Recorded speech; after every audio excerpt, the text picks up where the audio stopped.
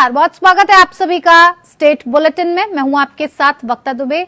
Bulletin की शुरुआत छत्तीसगढ़ की खबरों के साथ करेंगे। महानदी भवन मंत्रालय में चल रही पहले ही मैराथन बैठक में कई फैसले लिए गए हैं। स्कूल शिक्षा, उच्च शिक्षा, पर्यटन, संस्कृति एवं धर्मस्व मंत्री बृजमोहन अग्रवाल ने प्रदेश हित में बड़े निर्णय लिए। इन निर्णय में राज्य में कुंभ मेले को भव्य तरीके से मनाने के साथ ही प्रदेश की विरासत सिरपुर को वर्ल्ड हेरिटेज साइट में शामिल करने के साथ छत्तीसगढ़ में मैनपाट, चैतरगढ़ जैसे हिल स्टेशन में शिमला मनाली की तर्ज पर मॉल रोड बनाया जाएगा, जिससे बड़ी संख्या में टूरिस्ट प्रदेश के सुंदर अद्भुत नजारों को आनंद आधुनिक सुविधाओं के साथ ले सकें। इसके साथ ही कक्षा 9वीं में सभी वर्ग के बच्चों को स्कूल में निःशुल्क साइकिल तथा 12वीं तक पाठ्य पुस्तकों के निःशुल्क वितरण के भी निर्देश दिए गए।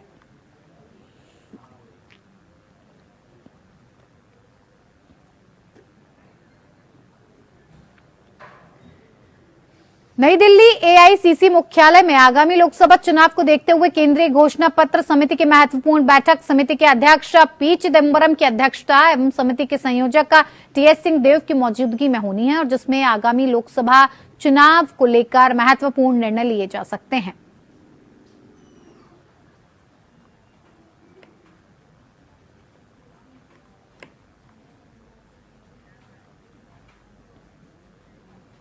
इधर राहुल गांधी की भारत जोड़ो न्याय यात्रा देशवासियों के उम्मीदों की नई किरण साबित होगी। प्रदेश कांग्रेस प्रवक्ता धनंजय सिंह ठाकुर ने कहा कि 14 जनवरी 2024 को मणिपुर से मुंबई तक शुरू होने जा रही न्याय यात्रा 67 दिनों में 110 जिलों से गुजरते हुए 6,700 किलोमीटर से ज्यादा दूरी तय करेगी और छत्तीसगढ़ में यह यात्रा राज्य के 7 जिलों से होकर गुजरेगी तथा 536 किलोमीटर 5 दिनों तक राहुल गांधी छत्तीसगढ़ में पैदल चलेंगे। भुखमरी, महंगाई, बेरोजगारी, किसानों की बदहाली, सांप्रदायिक विद्वेष के दौर में राहुल गांधी की न्याय पदयात्रा लोगों के जख्मों में मरहम साबित होगी। प्रदेश कांग्रेस प्रवक्ता धनंजय सिंह ने कहा कि देश की एकता, अखंडता, संविधान और लोकतंत्र की रक्षा के लिए कांग्रेस प्रतिबद्ध है। जनाधिकार की लड़ाई लड़ने के लिए कांग्रेस पार्टी आजादी के पहले से ही सत्याग्रह को एक मजबूत हथियार मानती है और भारत जोड़ो न्याय पदयात्रा आजादी के बाद देश का सबसे विशाल और परिवर्तक सत्याग्रह साबित होगा। राष्ट्रपिता महात्मा गांधी सहित कांग्रेस पार्टी के कई नेताओं ने देश में सत्याग्रह के द्वारा जनता के महत्वपूर्ण मसलों को हल किया है। यह सत्याग्रह उस विचारधारा को उखाड़ फेंकेगा जो मृत्यु के समय भी राम का नाम लेने वाले राष्ट्रपिता महात्मा गांधी के हत्यारों को आदर्श मानता है। आज बर्बादी और वैमनस्यता की ओर बढ़ते देश को भारत जोड़ो पदयात्रा की जरूरत है। अखिल भारतीय कांग्रेस कमेटी की बैठक में भारत जोड़ो न्याय यात्रा की रूपरेखा तय की गई है। 14 जनवरी को मणिपुर से यात्रा शुरू होगी और 20 मार्च को इसका समापन मुंबई में होगा। इस दौरान 14 राज्यों के 110 जिला और 100 लोकसभा क्षेत्रों में यात्रा होगी। छत्तीसगढ़ में भी यात्रा 5 दिन रहेगी। 7 जिलों को कवर करते हुए यात्रा 536 किलोमीटर की यात्रा करेगी।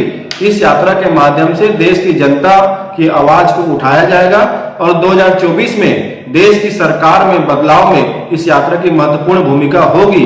देश में जिस प्रकार से महंगाई बढ़ रही है, बेरोजगारी बढ़ रही है, आर्थिक असमानताएं हैं, देश की अर्थव्यवस्था गर्त पे जा रही है और केंद्र में बैठी सरकार जनता की आवाज को कुचलने के लिए, विपक्ष की आवाज को दबाने के लिए जो लगातार षड्यंत्र कर रही है, इस यात्रा में उन सबकी आवाज उठाई जाएगी और ये यात्रा जो है देश में बदलाव की बड़ी भूमिका निभाएगी। इधर जनसंपर्क संचालनालय के नए आयुक्त सह संचालक मयंक श्रीवास्तव ने गुरुवार को पदभार ग्रहण कर लिया है।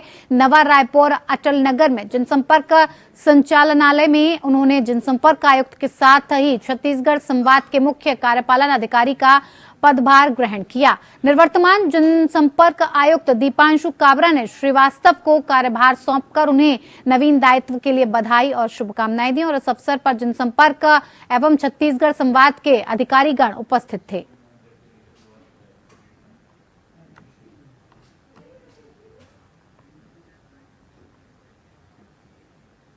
अब खबर झारखंड से। प्रदेश भाजपा अध्यक्ष बाबूलाल मरांडी ने कहा कि भाजपा आज अपने नीतियों कार्यक्रमों के बल पर जनता का स्नेह आशीर्वाद प्राप्त करते हुए विश्व की सबसे बड़ी राजनीतिक पार्टी बनी है। कहा कि भाजपा किसी परिवार और समाज विशेष की पार्टी नहीं बल्कि जन जन की पार्टी है। पार्टी की नीतियों ने इसे सर्वव्यापी, सर्वसमावेशी और सर्वस्पर्शी बनाया है। मरांडी ने ये बातें अरगोड़ा स्थित लेक गार्डन बैंक्वेट हॉल में प्रदेश भाजपा की सभी 7 मोर्चे के पदाधिकारियों को संबोधित करते हुए कही। उन्होंने कहा कि पार्टी के 7 मोर्चों युवा, किसान, महिला, एसटी, एससी, ओबीसी और अल्पसंख्यक में इस व्यापक स्वरूप का दर्शन होता है। उन्होंने मोर्चा के पदाधिकारियों एवं कार्यकर्ताओं से जन जन तक पहुंचने, सुख दुख में शामिल होकर उनकी आवाज बनने का आह्वान किया। प्रदेश संगठन महामंत्री कर्मवीर सिंह ने मोर्चा के आगामी कार्यक्रमों पर विस्तार से प्रकाश भी डाला और कहा कि युवा मोर्चा द्वारा युवा अधिवेशन, नव मतदाता सम्मेलन, नमो वॉरियर्स युवती अधिवेशन तथा शक्ति केंद्रों पर नुक्कड़ सभा का आयोजन होगा।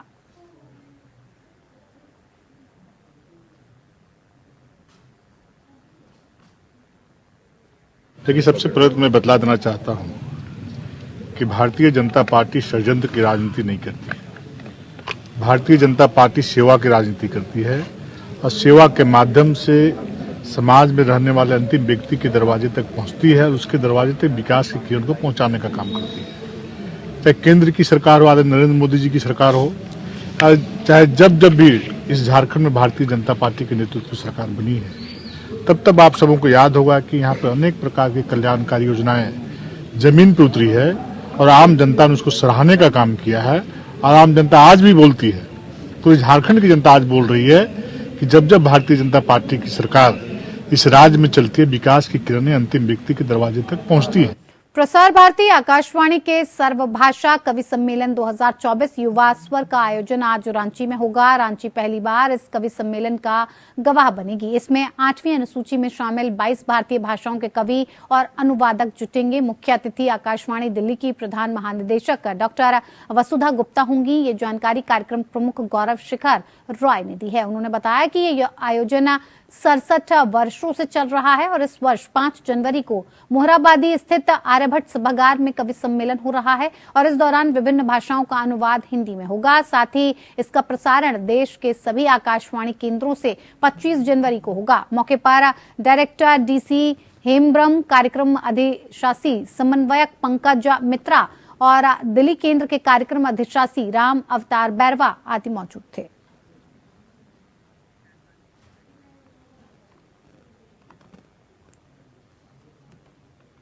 इधर कृष्ण प्रणामी सेवा समिति 6 से 9 जनवरी तक पुंदाग स्थित कृष्ण प्रमाणी मंदिर परिसर में श्रीमद् भागवत कथा का आयोजन करेगी। स्वामी सदानंद जी महाराज भागवत कथा का पाठ करेंगे। मंदिर परिसर में ही 7 जनवरी को स्वामी सदानंद जी की महाराज के सानिध्य में 151 जोड़ों का आदर्श सामूहिक विवाह कराया जाएगा। उक्त बातें समिति के पदाधिकारी ने अग्रसेन भवन में कही हैं। पदाधिकारियों ने कहा कि स्वामी सदानंद जी महाराज अब तक 11,000 से अधिक कन्याओं का विवाह संपन्न करा चुके हैं। मौके पर संस्था के सचिव मनोज कुमार चौधरी, उपाध्यक्ष निर्मल जालान, राजेंद्र प्रसाद अग्रवाल, विशाल जालान, अरविंद अग्रवाल, प्रमोद सारस्वत, सज्जन पाड़िया, ओम प्रकाश सरावगी आदि उपस्थित थे।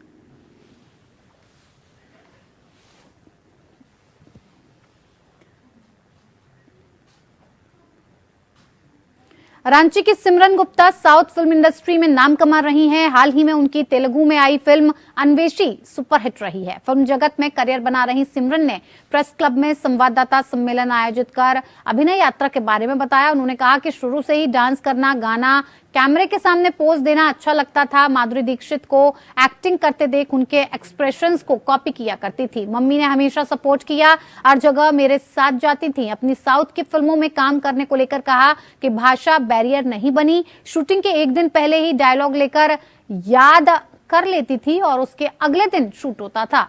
इस दौरान सिमरन ने तेलुगु और तमिल में डायलॉग भी बोला। सिमरन ने एक्टिंग की ट्रेनिंग कहीं से नहीं ली। अब तक 450 से भी ज्यादा ऑडिशन दे चुकी हैं। सिर्फ फिल्म इंडस्ट्री में ही काउच, नेपोटिज्म, स्टार की बेटी, स्टार का बेटा नहीं है, ये सारे इंडस्ट्रीज में है। आप अगर टेक इंडस्ट्री में जाएंगे, आईटी में जाएंगे, वहां पे भी है। तो फिर आप नेपोटिज्म से अगर डर जाएंगे, पहले ही हम डर के घर पे बैठ जाएंगे, पहले ही हम हाथ पैर मारना बंद कर देंगे, तो फिर हम कैसे आगे बढ़ेंगे लाइफ में? I will always suggest people to keep at it. Perseverance is the key. लगे रहो, कोई भी सिचुएशन है, लगे रहो, keep at it. It is the key.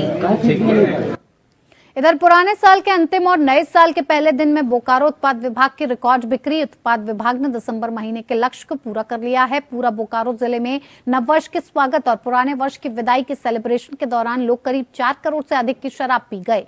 2024 के पहले दिन यानी कि 1 जनवरी को शराब बिक्री का नया रिकॉर्ड बना। उस दिन 2,40,08,480 रुपए की शराब की बिक्री हुई, जबकि 30 दिसंबर को 94,62,298 और 31 दिसंबर को 90,64,315 रुपए के शराब की बिक्री हुई है। सहायक आयुक्त उत्पाद उमाशंकर सिंह ने बताया कि दिसंबर महीने में जो लक्ष्य विभाग के द्वारा निर्धारित किया गया था उसको विभाग में हासिल कर लिया गया, जबकि जनवरी महीने में 9% लक्ष्य को हासिल किया जा चुका है। जिले में 83 लाइसेंसी शराब की दुकान है। उन्होंने बताया कि अवैध शराब की बिक्री के खिलाफ की गई छापेमारी का भी असर इस बिक्री में दिखाई दिया है। उन्होंने लोगों से अपील की कि मिलावटी शराब सेहत के लिए हानिकारक है, ऐसे में लोगों को सरकारी दुकान से ही शराब की खरीदारी करनी चाहिए।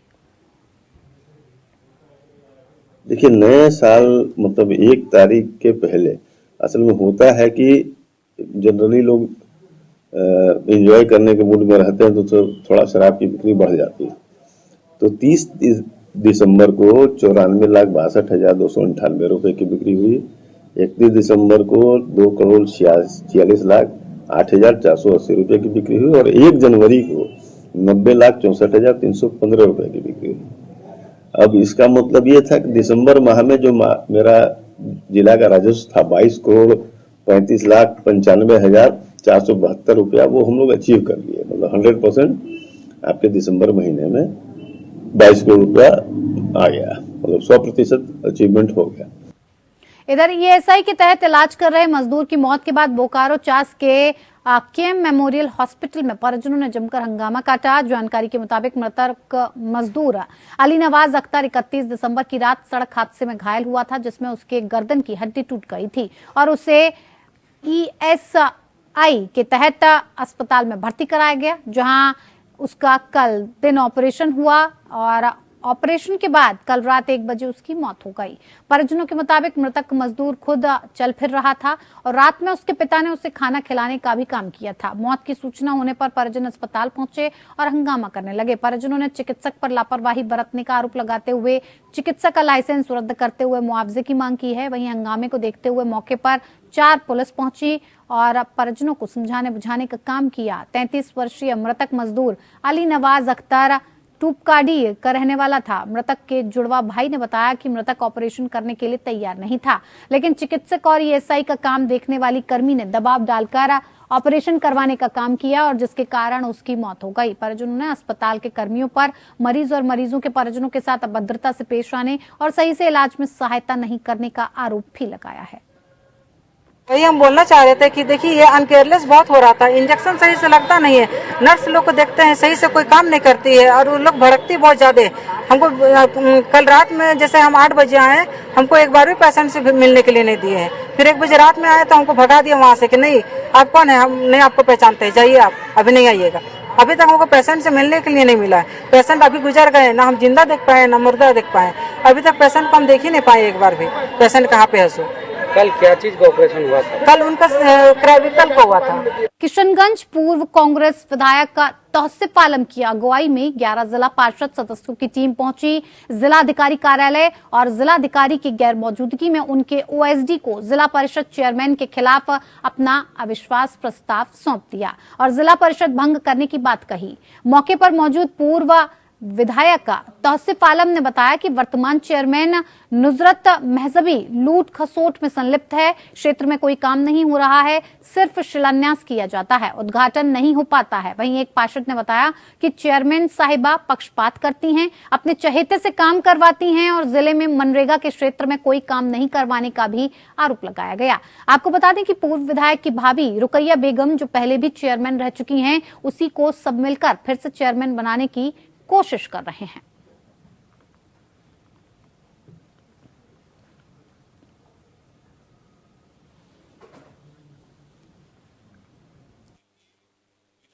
चेयरमैन साहिबा विश्वास खो चुकी है और जिला परिषद में लूट खसोट मचा हुआ है। शिलापट लगाता है, शिलान्यास करता है, उद्घाटन का पता नहीं है, कहीं भी जिला परिषद का काम नजर नहीं आता है। पूरा लूट खसोट मचा हुआ है और अब विश्वास खो चुकी है और आज 11 जिला पार्षद साथ में आई है और अविश्वास प्रस्ताव हम लोग डाल दिए हैं और हम लोग सरकार गिराएंगे, चेयरमैन का सरकार गिराएंगे और नया चेयरमैन बनाएंगे। नया चेयरमैन का सर चेहरा कौन है? रुकैया बेगम चेहरा होगी और सब कोई उनके साथ खड़ा है। वाइस चेयरमैन का भी क्या? वाइस चेयरमैन का नहीं है और वाइस चेयरमैन मेरे साथ है। वाइस चेयरमैन अभी पूरा कमान वाइस चेयरमैन ही संभाला है, उसके नेतृत्व में ही सब कोई इसके साथ है।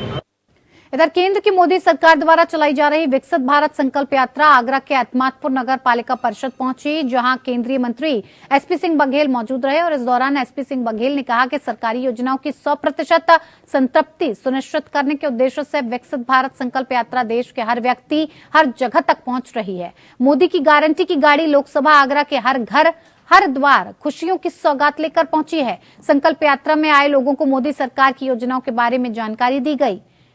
आपको बता दें कि इन जानकारियों में पीएम स्वनिधि योजना है, दिव्यांग विधवा वृद्धा पेंशन योजना, पीएम उज्ज्वला योजना, पीएम आवास योजना, पीएम मुद्रा लोन योजना, स्टार्टअप इंडिया योजना, आयुष्मान योजना, समाज कल्याण योजना, उजाला योजना सहित अन्य योजनाओं के बारे में अवगत कराया गया। लाभार्थियों को मौके पर ही आवेदन कराया, साथ ही सभी को विकसित भारत की शपथ भी दिलाई गई।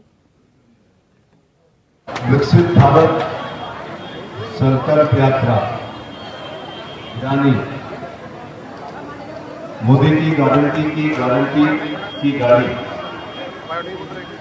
आज आगरा लोकसभा की बहुत महत्वपूर्ण विधानसभा एतमादपुर की नगर पालिका परिषद के प्रांगण में है। मैं इस यात्रा का, इस गाड़ी का स्वागत करता हूँ और अभिनंदन करता हूँ। मोदी जी के प्रति आभार प्रकट करना चाहूँगा। हिंदुस्तान की कश्मीर से लेकर कन्याकुमारी और कच्छ से लेकर कानपुर तक देश की प्रत्येक विधानसभा में केंद्र सरकार की। तो चलिए, स्टेट बुलेटिन में मेरे साथ इतना ही। नमस्कार।